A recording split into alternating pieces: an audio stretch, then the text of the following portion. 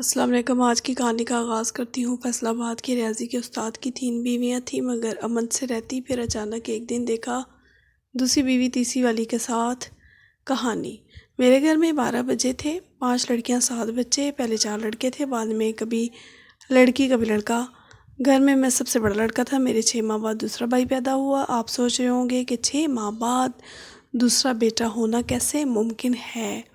بتاتا چلوں کہ ہماری 2 مائیں ہیں۔ خیر، میری آنکھ منہ دیرے ہی کھل گئی تھی کیونکہ میں ہی مسجد میں صبح کی اذان دیتا تھا اور امامت وغیرہ بھی کرواتا تھا۔ جلدی جلدی وضو کرنے لگا۔ مجھے وقت پر مسجد پہنچنا تھا۔ مسجد پہنچنے کے لیے جلدی گھر سے نکل جاتا تھا۔ میں وہاں پہنچا تو ابھی اذان دینے میں 10 منٹ باقی تھے۔ میں بیٹھ کر اللہ کا ذکر کرنے لگا۔ کچھ دیر کے بعد میں نے اذان دی اور جماعت کروا کر فارغ ہوا تو گھر میں حسب معمول وہی شور شرابہ تھا۔ میں نے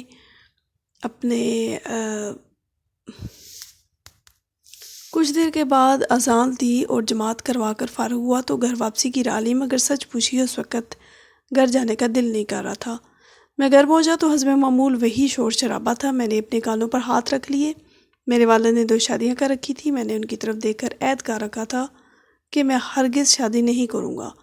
مجھے علم نہیں تھا کہ قسمت میرے ساتھ کیا کھیل کھیلنے والی ہے۔ مجھے 2 نہیں 3 بیویوں کو جھیلنا پڑے گا۔ اور آج میں آپ کو اپنی کہانی سناتا ہوں۔ میرا نام عباد الرحمن ہے اور میں لیل پور، جو موجودہ فیصل آباد ہے، کے ایک متوسط سے علاقے میں رہتا ہوں۔ میں نے چھوٹی عمر میں ہی قرآن مجید حفظ کر لیا تھا۔ جوانی کی دہلیز میں قدم رکھتے ہی مسجد میں فجر کی امامت اختیار کر لی۔ کیونکہ میں دنیاوی تعلیم بھی حاصل کر رہا تھا۔ خیر، اسی وجہ سے پورا علاقہ میری عزت کرتا تھا۔ یہاں کا بچہ مجھے مولوی صاحب کہہ کر پکارتے تھے، جبکہ میری عمر صرف 15 سال تھی۔ ہمارے خاندان میں شروع سے ہی شادیاں 2 کرنے کا رواج تھا، چاہے گھر کے حالات کیسے بھی ہوں۔ ہر مرد کو 2 بیویاں رکھنے کی بڑی چاہ تھی۔ جب سے میں نے ہوش سنبھالا تھا، اپنی ماں اور ستیلی ماں کے بیچ ہمیشہ ناچاکیاں دیکھی۔ روز ان کی چھوٹی چھوٹی باتوں پر لڑائیاں ہوتی۔ ابا تو وہاں سے فوراً اٹھ کر چلا جاتا، لیکن ہم بچوں کو وہ سب سننا اور برداشت کرنا پڑتا۔ اس لیے مجھے شادی بلکہ دوسری شادی سے بہت چڑ تھی۔ میں 16 سال کا ہوا تو ابا نے اپنی مرضی سے میرا رشتہ اپنی بھانجی کے ساتھ طے کر دیا۔ میں نے اپنے والد کے سامنے سر تسلیم خم کر لیا اور خاموشی سے نکاح کر لیا۔ حالانکہ میری بیوی سبین بس قبول صورت تھی۔ شادی کے 3 ماہ بعد ہی میرا میٹرک کا نتیجہ آ گیا اور ریاضی کے حساب سے تو میں بہت ذہین تھا، کیونکہ شروع سے ہی میرا پسندیدہ مضمون رہا ہے، مگر اب میری ضلع بھر میں پہلی پوزیشن تھی۔ میں بہت خوش تھا۔ سب علاقے والے بھی ہماری اس خوشی میں شریک تھے۔ میں اپنی بیوی سے بھی خوش ہو گیا کہ ہمیشہ اس کا خیال رکھتا، وہ میری ہر خدمت بجا لاتی۔ میں اپنی زندگی سے بہت خوش تھا۔ میری شادی کو 1.5 سال ہونے کو آیا تھا۔ ہماری کوئی اولاد نہیں تھی، لیکن ابھی تک میں نے اسے اللہ کی رضا سمجھ کر سبین کو بھی سمجھا دیا کہ فی الحال لوگوں کی باتوں سے پریشان نہ ہونا، ابھی صرف تھوڑا ہی عرصہ ہوا ہے۔ میں جانتا تھا کہ میرے گاؤں والے میری معصوم بیوی کو طعنے دیں گے، اور طور میں اپنے گھر میں بھی میری 2 مائیں بیٹھی تھی، وہ کسی سے کم تھی۔ خیر، اسی طرح دن گزرے تھے۔ مجھے ایک دن کچھ علاقے کے لوگوں نے پیشکش کی کہ میں ان کے گھر آ کر ان کی بچیوں کو ریاضی پڑھایا کروں، کیونکہ وہ بچیاں ریاضی میں بہت کمزور تھیں، مگر فیل نہیں ہونا چاہتی تھی، کسی کے گھر بھی نہیں جا سکتی تھی۔ انہوں نے مجھے معقول معاوضہ پیش کیا۔ میں نے یہ پیشکش قبول کر لی اور انہیں پڑھانے ان کے گھر جانے لگا۔ اب لڑکیاں ایک ہی گھر میں آ کر میرا انتظار کرتی اور میں ایک ہی جگہ سب کو سبق پڑھا دیا کرتا۔ اس بات سے مجھے آسانی ہو گئی تھی اور ایک ایک کر کے سب کے گھر بھی نہیں جانا پڑتا تھا۔ ان کے والدین بہت خوش تھے۔ ویسے بھی میری شرافت پورے علاقے میں مشہور تھی۔ میں ہمیشہ سر جھکائے ان کا کام دیکھتا اور پڑھاتا، کبھی نظریں اٹھا کر کسی کی طرف نہیں دیکھا۔ ابھی چند ماہ ہی ہوئے تھے کہ مجھے احساس ہوا کہ ایک لڑکی ہر وقت مجھے چوری چھپے عجیب نگاہوں سے دیکھتی ہے۔ کبھی مجھے اپنا وہم لگتا مگر آخرکار میں نے اس کی طرف دیکھا تو واقعی مجھے دیکھے جا رہی تھی۔ میرے دیکھنے پر وہ مسکرا دی۔ میں نے جلدی سے اپنی نظریں جھکا دی۔ میرا دل زور زور سے دھڑکنے لگا، میرے ماتھے پر پسینہ آنے لگا۔ میں نے جلدی سے اپنا پسینہ صاف کیا اور بچیوں سے کہا، میری طبیعت ٹھیک نہیں ہے، میں جا رہا ہوں۔ جانے کیوں میرا پورا جسم کانپ رہا تھا۔ آج تک میں نے کسی کو ایسی نظر سے نہیں دیکھا تھا، نہ ہی میں نے اپنی طرف کسی کو دیکھتے پایا تھا۔ حالانکہ میں شادی شدہ تھا، مگر نہ جانے کیوں مجھے ایک عجیب سے احساس نے گھیرا تھا۔ وہ لڑکی بلا کی حسین تھی، اس کا مسکرانا میں سوچ کر ہی حیرت زدہ رہ گیا۔ میں نے جلدی سے وضو کیا اور نفل ادا کرنے لگا تاکہ شیطان کا یہ وار کامیاب نہ جا سکے۔ میں کافی دن سے لڑکیوں کو پڑھانے بھی نہیں گیا۔ میرا ضمیر مجھے ملامت کر رہا تھا کہ میں نے کیوں ایک استاد ہوتے ہوئے اس پر ایسی نظر ڈالی، لیکن سچ پوچھے میرا کوئی غلط ارادہ نہیں تھا۔ وہ لڑکی مجھے خود ہی دیکھ رہی تھی، میں اس کی طرف متوجہ ہوا۔ ہر ایک دن ان کے گھر سے آدمی آیا اور کہنے لگا کہ میں انہیں پڑھانے کیوں نہیں آ رہا، بچیوں کا حرج ہو رہا ہے، امتحانات میں چند دن باقی، مجبوراً مجھے جانا پڑا، لیکن دل میں پکا فیصلہ کیا اب کسی طرف نہیں دیکھوں گا۔ لیکن پھر بھی وہ لڑکی مجھے مسلسل گھورے جا رہی تھی۔ میں محسوس کر رہا تھا، لیکن میں اپنے دل میں ثابت قدم رہا اور اپنے ارادے پر قائم رہا۔ وہ لڑکی مجھ سے بات کرنے کی کوشش کرتی اور بلا وجہ اسے ڈانٹتا تھا۔ میں نے ایک دن سب لڑکیوں کو سمجھایا کہ کسی نے بھی ادھر ادھر دیکھا تو میں آپ کے بڑے ہو تو میں آپ کے والد سے شکایت کروں گا کہ میں یار حاضی کا سبق دینے آتا ہوں اور تم لوگ یہ کہ خرافات کے پیچھے پڑے ہو۔ کچھ لڑکیاں حقہ بکا ہو گئی اور کہنے لگی کہ استاد جی ہم نے تو کچھ بھی نہیں کیا، لیکن میں جسے سمجھانا چاہتا تھا وہ بھی مسکرا رہی تھی۔ میں ایک جھٹکے سے اٹھا اور سب لڑکیوں کو آخری بار کہتا ہوا چلا گیا، یا مزید آگے تک مجھ سے راضی پڑنا چاہتا ہے وہ اپنے باپ یا بھائی کے ساتھ بیٹھا کرے۔ مجھے رہ رہ کر خوف آ رہا تھا کہ لڑکی مجھ سے چاہتی کیا ہے، کسی کو علم ہوا تو میری عزت کا جنازہ نکل جائے گا۔ 9 ماہ بعد ہی 9ویں جماعت کے لیے کچھ لوگ میرے گھر آ کر میری منتیں کرنے لگے کہ ہمارے پاس اتنا وقت نہیں ہے، ہمیں آپ پر بھروسہ ہے، آپ پھر سے نہیں پڑھانا آیا کریں۔ میں پھر سے جانے لگا۔ ایک دن اس لڑکی نے مجھ سے مخاطب ہو کر کہا کہ استاد صاحب کیا یہ گناہ ہے کہ میں کسی کو پسند کروں؟ مجھے حیرت کا جھٹکا لگا۔ اگلے لمحے کہنے لگی مجھے آپ سے محبت ہو گئی ہے، اور اس کی بات سن کر مجھے حیرت کا شدید جھٹکا لگا۔ میں نے جلدی سے ادھر ادھر دیکھا، سب لڑکیاں ہم نام کام کر رہی تھی، کسی نے کسی کی کوئی بات نہیں سنی تھی، کسی نے اس کی بات نہیں سنی تھی۔ اس کا نام مریم تھا۔ میں نے اسے سختی سے جھڑک دیا، یہ کیا بکواس کر رہی ہو؟ لیکن وہ بھی وہی بات دہرا رہی تھی۔ میں نے کہا خدارا مجھے بدنام نہ کرو، میں شادی شدہ ہوں۔ میں وہاں سے اٹھایا، ساری رات مجھے نیند نہ آئی۔ اس کا چہرہ میری آنکھوں کے سامنے آتا تو دل مچل جاتا۔ عباد بیٹھے بڑھائے اللہ تمہیں اتنی حسین بیوی دینا چاہتا ہے اور تو ہے کہ کفران نعمت کر رہا ہے۔ میں کروٹ بدل کر سوچ رہا تھا اگر میں نے اس کی بات مان لی تو اسے رکھوں گا کہاں؟ اس سے چند کمروں کے گھر میں پہلے ہی اتنا رش تھا، اب تو میرے ساتھ سبین بھی تھی اور انہیں سوچوں میں رات کٹ گئی۔ آج مریم نے پھر سے وہی بات کر دی، نہ چاہتے ہوئے بھی میرا لہجہ آپ کی بار نرم تھا۔ میں اسے سمجھا رہا تھا کہ ایسا بالکل بھی نہیں ہو سکتا، میرے پاس اسے دینے کے لیے کچھ بھی نہیں ہے۔ اس نے کہا کہ مجھے آپ کا ساتھ، آپ کی محبت چاہیے، میں آپ سے کچھ نہیں مانگوں گی۔ میں نے اسے کہا میرا ایک کمرہ ہے، وہاں میری بیوی میرے ساتھ سوتی ہے۔ کہنے لگی ہم چارپائی کے ساتھ پردہ لٹکا کر دوسری چارپائی ڈال لیں گے۔ اس کی باتیں سن کر میں سوچ میں پڑ گیا، اب اس کے بنا رہ بھی نہیں پا رہا تھا۔ نہ جانے اس نے مجھ پر کیا جادو کر دیا تھا۔ ہر وقت میرے خیالوں میں رہتی اس کی محبت میں اندھا ہو گیا تھا کہ میں یہ بھول گیا تھا کہ میں نے تو دوسری شادی نہ کرنے کی قسم کھائی تھی۔ مجبور ہو کر میں نے اس کے گھر اپنا رشتہ بھجوا دیا۔ اس کے گھر کے لوگ تو جیسے اس انتظار میں بیٹھے تھے، انہوں نے فوراً ہاں کر دی۔ کچھ عرصے بعد وہ میری بیوی بن کر میرے گھر آ گئی۔ میں نے اپنے کمرے میں بڑی چارپائی کے ساتھ کچھ فاصلے پر پردہ لٹکا کر دوسری چارپائی ڈال دی۔ ہمارے پاس یہی رواج تھا، جگہ نہ ہونے کے بعد لوگ اسی طرح کرتے تھے۔ میں بہت خوش تھا۔ مریم کی سنگت میں مجھے لگ رہا تھا کہ میری شادی ابھی ہوئی ہے، پہلے تو بس یوں ہی زندگی گزار رہا تھا۔ مریم میرا بہت خیال رکھتی، وہ سبین کا بھی ساتھ خیال رکھتی۔ ویسے سبین بہت صابر لڑکی تھی، اسے کبھی اف تک نہیں کی تھی، نہ حرف شکایت زبان پر لائی۔ وہ کام کاج میں مصروف رہتی۔ میری مریم سے شادی کو 3 ماہ ہو چکے تھے۔ ایک دن میں جلدی گھر آیا تو دیکھا وہ گھر پر نہیں تھے۔ میں نے سبین سے پوچھا تو اس نے کہا آپ کے جانے کے بعد وہ گھر سے نکل جاتی ہے، آپ کے واپس آنے کے وقت ہی واپس آتی ہے۔ یہ بات میرے لیے کافی حیرت انگیز تھی۔ بھلا ایسی کیا بات تھی جو میری غیر موجودگی میں گھر سے بیٹھ جاتی تھی؟ اگر وہ مجھے بتا کر جاتی تو میں منع تھوڑی کرتا۔ میں نے سوچا اپنے میکے گئی ہوگی، ضرور مجھے نہ پا کر اسے یہاں اچھا نہیں لگتا ہوگا۔ جس طرح میں اسے دیکھ کر بے چین ہو جاتا تھا، جب وہ گھر آئی تو مجھے دیکھ کر وہ بہت خوش ہوئی، کہنے لگی آپ آ گئے۔ میرے پوچھنے پر اس نے بتایا کہ وہ اپنے میکے گئی تھی۔ میں نے اس سے اپنی بے قراری بیان کی تو ایک ادا سے ہنسنے لگی، کہنے لگی آپ نے مجھ سے بھی پوچھا کہ میں کتنی دیر تک آپ کا انتظار کرتی رہتی ہوں؟ میں اس کی اس باتوں سے اور بھی اس کا دیوانہ ہو جاتا، لیکن کچھ دنوں بعد مجھے پتہ چلا کہ وہ اچانک کہیں غائب ہو جاتی ہے، اور اب میں سوچ میں پڑ جاتا کہ اگر وہ مجھ سے محبت کرتی ہے تو مجھے بتاتی کیوں نہیں۔ اس کا رویہ بھی عجیب ہوتا جا رہا تھا، ہر وقت کسی سوچ میں گم رہتی۔ میں نے دیکھا وہ مجھے زیادہ وقت نہیں دے پاتی تھی، جلدی سو جاتی، مجھے دیکھ کر کسی نہ کسی کام میں مصروف ہو جاتی۔ مجھے کچھ سمجھ میں نہیں آ رہا تھا، لیکن میں اسے کچھ کہہ نہیں پا رہا تھا۔ میں اس سے شدت سے محبت کرتا تھا، اس سے ناراض نہیں کرنا چاہتا تھا، لیکن وہ ہر وقت کھوئی کھوئی سی رہتی۔ مجھے اکثر ہی کچھ غلط ہونے کا احساس ہوتا۔ ایک دن میں کام پر جانے کے بجائے اپنے سسرال چلا گیا۔ مریم کے میکے والوں نے سب نے میری خوب آؤ بھگت کی۔ باتوں باتوں میں نے اپنی ساس سے پوچھا کہ مریم آج کل کچھ پریشان لگتی ہے، کیا اس نے آپ کو کچھ بتایا ہے؟ میں نے سوالیہ نظروں سے خالہ کی طرف دیکھا تو وہ حیرت میں پڑ گئی۔ نہیں بیٹا، مجھے تو اس نے کچھ نہیں بتایا، خالہ وہ روزانہ آپ کے پاس آتی ہے، آپ نے محسوس نہیں کیا؟ میں نے کہا۔ خالہ ہنسنے لگی۔ ارے بیٹا کیا بات کر رہے ہو، اسے یہاں ہوئے تو 2 ماہ کا عرصہ ہو گیا ہے۔ میں تو ترس گئی ہوں اسے دیکھنے کو، مگر وہ اپنے گھر میں اتنی خوش ہے کہ میں کہنے کا نام ہی نہیں لیتی۔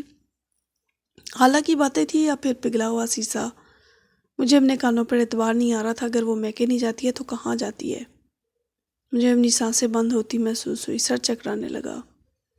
میں نے جلدی سے اپنا سر تھام لیا اور میں کچھ نہ بول پایا۔ مشکل سے وہاں سے اٹھا اور گھر کی طرف چل دیا۔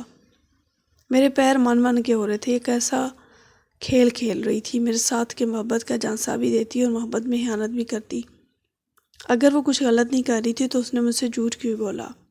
انہی سوچوں میں گم میں اپنے گھر پہنچا۔ حسب توقع گھر پر نہیں تھی۔ میں جاتے ہوئے بستر پر گر گیا۔ سبین دوڑ کر میرے پاس آئی اور پانی لے کر آئی۔ میں نے پانی پی کر اس سے کہا، مجھے کوئی نہ جگائے، میں سونے لگا ہوں۔ وہ کمرے سے چپ چاپ نکل گئی۔ میں اپنی آنکھوں پر بازو رکھ کر رو پڑا۔ میرے ضبط کے سارے بندھن ٹوٹ گئے۔ مریم کی یہ بے وفائی کا صدمہ میں کیسے جھیل سکتا تھا؟ میں روتا رہا، اسی وجہ سے مجھے رات تک بخار چڑھ گیا۔ میں نے بمشکل سبین کو آواز دی تو مریم نے دروازہ کھولا۔ اسے دیکھ کر میرا حلق تک کڑوا ہو گیا۔ میں نے بے روحی سے منہ پھیر لیا۔ میں نے سبین کو آواز دی۔ میں نے دوسری طرف منہ کر کے کہا، تو وہ کھانا بنا رہی ہے، کسی طبیعت ہے آپ کی؟ وہ میرے قریب آئی تو میں نے اس کا ہاتھ پرے کیا۔ تمہیں میری فکر کرنے کی کوئی ضرورت نہیں، تم کو جن کی فکر ہے وہیں جایا کرو۔ میری بات پر اس نے اپنے کان پکڑ لیے۔ معاف کر دے، اب نہیں جاؤں گی اماں کے پاس جب تک آپ خود اجازت نہ دیں گے، مسکرا کر بولی۔ تو میں اس کے جھوٹ بولنے پر حیران رہ گیا، مگر میں خاموش ہو گیا۔ اس سے بات کرنے کا دل نہیں چاہ رہا تھا۔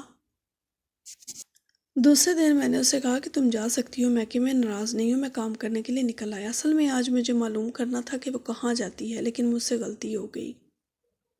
میں کام پر نکل آیا، مجھے اس کا انتظار وہیں کرنا چاہیے تھا، جبکہ وہ پہلے ہی نکل چکی تھی۔ اب میں اسے کہاں ڈھونڈتا، لیکن میرے صبر کا پیمانہ لبریز ہو گیا تھا۔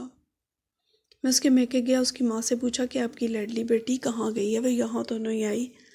تب میں نے سارا قصہ ان کے گوش گزار دیا۔ میری بات سن کر وہ کچھ پریشان ہوئی، لیکن پھر کچھ سوچ کر کہا، بیٹا ہو سکتا ہے کہ وہ نازیہ کے گھر جاتی ہو۔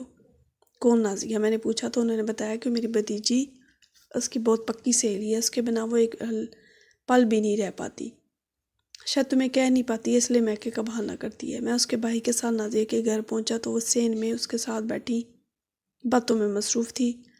مجھے دیکھ کر اس کا رنگ فک ہو گیا، جلدی سے وہاں سے اٹھی، میرے پیچھے چل دی۔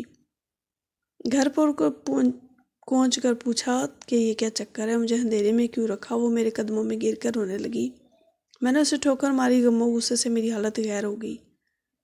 آخر ایسی کیا بات تھی کہ اپنی سہیلی سے مل کر آ رہی تھی، اور اس میں چھپانے کی کیا ضرورت تھی؟ مریم نے مجھ سے کہا، آپ کو سب سچ بتاتی ہوں، مجھ سے ناراض نہ ہو۔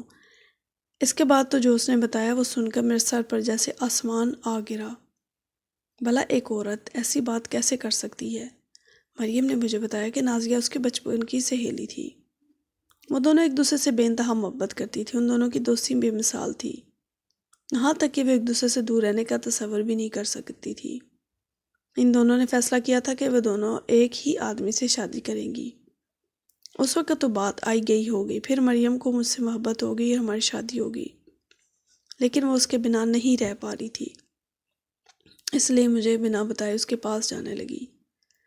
لیکن تب وہ بہت پریشان ہوئی جب اسے علم ہوا کہ نازیہ کے لیے رشتے آ رہے ہیں۔ نازیہ نے صاف منع کر دیا کہ وہ کسی سے شادی نہیں کرے گی، مجبور نہیں رہ سکتی۔ اب وہ روز روتی رہتی کہ مجھے مریم کے شوہر سے شادی کرنی ہے۔ مریم کو اس بات پر کوئی اعتراض نہیں تھا، وہ اسے اپنے ساتھ رکھنا چاہتی تھی۔ نازیہ نے مجھے خودکشی کی دھمکی دی اور اگر میں نے انکار کیا تو وہ خود کو مار ڈالے گی۔ عجیب مصیبت میں پھنس چکا تھا۔ کیسی بیوی تھی مریم جو خود پر سوتن لانا چاہتی تھی، لیکن مرتا کیا نہ کرتا مجھے نازیہ سے نکاح کرنا ہی پڑا، ورنہ میں 2 لوگوں کی موت کا ذمہ دار ہوتا۔ ویسے بھی مریم کے بنا میری زندگی ادھوری تھی۔ اب میں نے بمشکل گھر میں مریم کے لیے جو کمرہ بنایا تھا، اسی کمرے میں دوسرے فرد کی ویسے ہی جگہ بنائی۔ نازیہ ایک اچھی لڑکی تھی، خوش شکل اور ہنس مکھ۔ وہ بہت اچھے دل کی مالک تھی، مجھے اس سے کوئی شکایت نہیں تھی، مگر محبت میں بس مجھے مریم سے ہی تھی۔ وہ میرے سامنے سڑتی تو مجھے چین نہ آتا۔ میں سخت حیرت میں تھا۔ میری 3 بیویاں تھیں مگر گھر میں امن امان تھا، تینوں ایک دوسرے سے بہت خوش تھی، نہ کوئی لڑائی نہ کوئی کچ کچ۔ چند ماہ بعد علم ہوا کہ میں باپ بننے والا ہوں، اور جانتے ہیں کہ مجھے خوشی کس بیوی نے دی؟ جی ہاں، میری تیسری بیوی نازیہ نے۔ میرے پیر تو زمین پر نہ ٹکتے تھے، نازیہ کی خوش بھی دگنی تھی۔ بظاہر تو مریم اور سبین بھی خوش دکھائی دیتی تھی۔ وقت گزرتا گیا، وہ وقت بھی آ گیا جب اللہ نے چاند سے بیٹی اور بیٹے سے نوازا۔ میرے گھر میں جشن کا سماں تھا۔ بچوں کی خوشی میں ابا نے سین میں ایک اور کمرہ بنوا دیا، اس میں نازیہ اپنے بیٹے اور بیٹی کے ساتھ رہ سکے۔ اس دن میں نے دیکھا مریم کی آنکھوں میں کچھ عجیب سا تاثر تھا۔ میں نے اسے ساتھ لگا کر اس سے پوچھا تمہیں کیا ہوا ہے، اداس کیوں ہو؟ وہ ٹال گئی، لیکن مجھے اس کی آنکھوں میں حسد، جلن صاف نظر آنے لگا۔ وہ نازیہ سے بیزار رہنے لگی۔ اس سے اس بات سے حسد تھا کہ میں نے خاص طور پر نازیہ کو الگ کمرہ کیوں دیا۔ میں نے اسے بہت سمجھایا کہ وہ بچوں کے ساتھ اس کمرے میں کیسے رہ سکتی ہے، اور میں تم تینوں کے حقوق بھی پورے کرتا ہوں، لیکن اس کی جلن دن بدن بڑھتی چلی گئی۔ 1.5 سال بعد پھر سے نازیہ کا پاؤں بھاری ہو گیا۔ آج میں بہت خوش تھا۔ اس نے پھر مجھے خوشخبری سنائی تھی۔ میں نے جلدی سے خبر مریم کو سنائی تو وہ آپے سے باہر ہو گئی کہ تم مجھے نہیں چاہتے تھے، ہر وقت اس کے ساتھ ہوتے ہو۔ میں حیرت میں تھا کہ وہ کیسی باتیں کر رہی تھی۔ میں نے اسے بہت سمجھایا، لیکن یہ بات اس کے ہاتھوں سے نکل چکی تھی۔ وہ جلن میں اس حد تک پہنچ چکی تھی کہ کچھ بھی بول سکتی تھی، لیکن وہ اتنا بڑا قدم اٹھائے گی میں نہیں سوچ سکتا تھا۔ ایک رات پتہ نہیں کیسے اس نے نازیہ کو کھانے میں کیا ملا کر دیا، صبح تک نازیہ میت میں تبدیل ہو گئی۔ اس رات مریم کی باری تھی، میں نے اس کے ساتھ رہنا تھا۔ نازیہ نے کیسے تڑپ تڑپ کر جان دی ہوگی، مجھے تو یہ خبر بھی نہ ہو سکی۔ جب میں نے صبح اپنے بیٹے کے رونے کی آواز سنی تو وہاں کا منظر دیکھ کر میں بے ہوش ہوتے ہوتے بچا۔ نازیہ کا سر ایک طرف ڈلکا ہوا تھا، منہ سے خون آ رہا تھا۔ میں نے سب کو اکٹھا کیا۔ سب سے پہلے مریم وہاں آئی۔ اس کی شکل دیکھ کر بولی مر گئی ہے یہ؟ پھر زور زور سے ہنسنے لگی۔ میں نے حیرت سے دیکھا تو وہ کبھی روتی کبھی ہنستی۔ دیکھو دیکھو، میں نے اپنی بہن کی جان لے لی، میں ڈائن ہوں۔ وہ روتی اور ساتھ میں چلاتی جا رہی تھی۔ مجھے نازیہ کا صدمہ کم نہ تھا، مریم بھی اوپر سے ایسا کر رہی تھی۔ مجھے لگا وہ صدمے سے پاگل ہو گئی، لیکن سبیل نے مجھے بتایا کہ اس نے اس رات مریم کو پانی میں کچھ ملاتے دیکھا تھا جس رات نازیہ کا انتقال ہوا، اور وہ نازیہ کے کمرے میں لے گئی تھی۔ اب میں صدمے سے بے حال ہو گیا تھا۔ مریم نے واقعی اسے مارا تھا جسے وہ ضد کر کے اپنے گھر میں لے آئی۔ صرف حسد اور جلن میں لوگ مجھے رشک کی نگاہ سے دیکھتے تھے کہ میری 3 بیویاں اور خوش قسمت ہوا۔ وہی لوگ مجھے ترس کر نظر سے دیکھتے کہ عباد کی ایک بیوی مر گئی، ایک پاگل ہو گئی۔ میں سخت پریشان تھا۔ مریم اپنا ذہنی توازن کھو چکی تھی۔ حسد میں اس نے ایک قدم اٹھا تو لیا، لیکن بعد میں یہ صدمہ برداشت نہیں کر پائی۔ میرے بیٹے فرحاد اور بیٹی فروا کو بھی مریم سے خطرہ تھا۔ سبین نے ڈکے چھپے الفاظ میں باور کروایا کہ مریم کو جب دورہ پڑتا ہے تو بچوں پر جپت پڑتی ہے، میں اسے روک نہیں پاتی کیونکہ اس میں بہت طاقت ہے۔ یہ سن کر میں بہت خوف زدہ ہو گیا۔ اب گھر والوں سے صلاح مشورے کے بعد مریم کو شہر میں پاگلوں کے اسپتال میں داخل کروا دیا، اور ڈاکٹروں کا کہنا تھا کہ اس کو شدید 5-10 سال بعد شاید اس کو 10 سال بھی لگ جائیں مکمل صحتیاب ہونے میں۔ جب میں شہر سے واپس آیا تو غم سے برا حال تھا۔ سبین کی گود میں بچوں کو دیکھا تو وہ خوش ہوئی۔ وہ انہیں فیڈر سے دودھ پلاتی، نہ جانے کیا باتیں ان سے کرتی۔ بچے بھی خوش لگتے تھے۔ میں نے سبین کا ہاتھ تھام کر کہا کہ مجھے معاف کر دو، میں نے تمہارا کوئی حق کھایا ہوگا جس کی مجھے سزا ملی ہے۔ وہ پریشانی سے بولی مجھے آپ سے کوئی شکایت نہیں ہے، مجھے تو آپ نے اولاد سے نوازا ورنہ میں تو بانجھ تھی۔ وہ فرحاد اور فروا کو چوم کر بولی، ممتا اس کے انگ انگ سے پھوٹ رہی تھی۔ ہاں سبین، آج سے ہی تمہارے بچے ہیں، میں نے مسکرا کر کہا تو وہ کھلکھلا کر ہنس پڑی۔ میں سوچ رہا تھا کہ سبین نے اتنا صبر کیا کہ آج اسے اس کے صبر کا پھل ملا۔ چند سال بعد سبین بھی ایک بیٹے کی ماں بن چکی تھی اور مریم بھی ٹھیک ہو کر لوٹ چکی تھی۔ نازیہ کے بچوں کو ہر دم سینے سے لگا کر رکھتی اور پچھتاتی رہتی، مگر اب چپ سی الگ سی رہتی تھی، جبکہ میں خوش تھا کہ وہ ٹھیک ہو چکی تھی اور اسے اپنی غلطی کا احساس بھی ہو چکا تھا۔ اب شاید اللہ اس کو معاف کر دے۔ وہ بہت رو رو کر رب کے حضور سجدے کرتی تھی۔ امید ہے آج کی کہانی آپ کو پسند آئی ہوگی۔